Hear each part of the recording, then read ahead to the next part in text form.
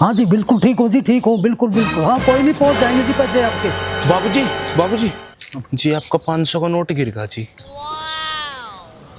अच्छा 500 का नोट गिर गया? हाँ जी। अरे वाह, अरे तू तो बहुत ईमानदार आदमी है भाई।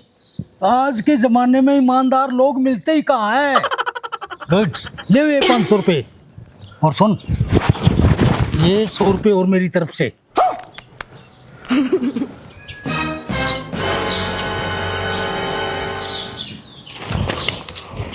बाबूजी बाबूजी जी आपका 500 का नोट और गिरेगा जी।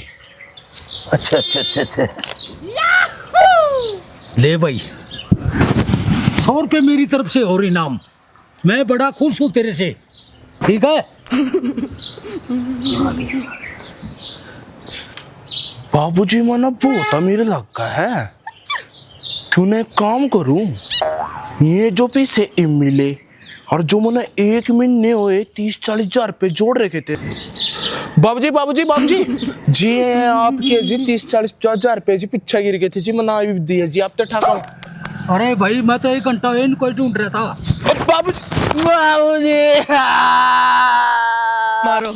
मारो हमको जिंदा मत छोड़ो सालो।